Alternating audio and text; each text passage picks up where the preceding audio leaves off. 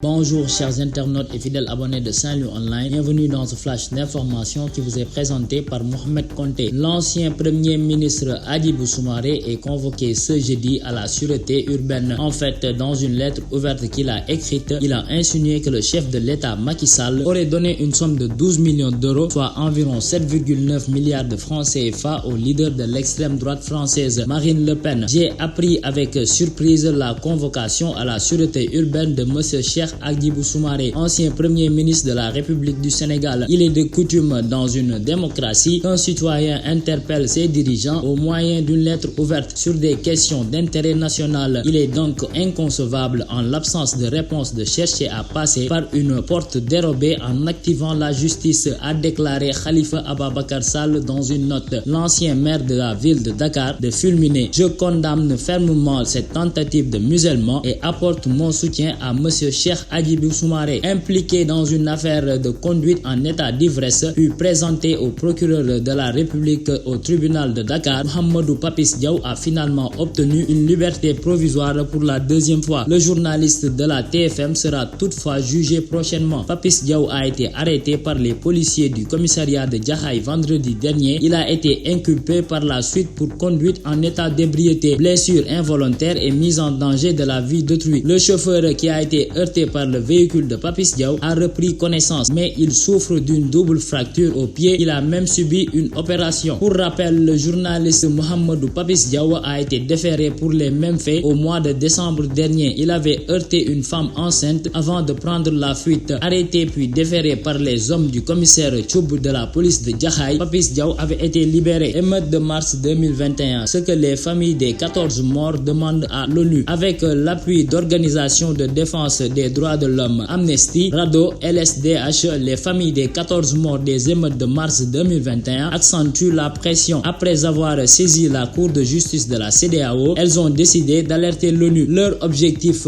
empêcher les gradés des forces de défense de sécurité qui seraient impliqués dans les manifestations, qui avaient fait aussi des centaines de blessés, de porter le casque bleu de l'organisation onusienne. Nous n'accepterons pas qu'ils puissent aller dans les missions des Nations Unies si les hommes sous leur commandement commettent des violations graves des droits humains en toute impunité, a déclaré Seydi Gassama d'Amnesty International, repris par Besbi. Ce dernier détail, nous les signalerons systématiquement aux Nations Unies pour qu'ils ne participent pas à ces missions-là, parce que les Nations Unies sont fondées sur le respect universel des droits de l'homme. Toute personne qui est mêlée à des violations des droits humains n'a pas le droit de servir sous le drapeau des Nations Unies. Voilà, c'était tout pour ce flash. Restez connectés au programme de Saint-Louis Online. Continuez à liker et à vous abonner. D'ici là, portez-vous bien.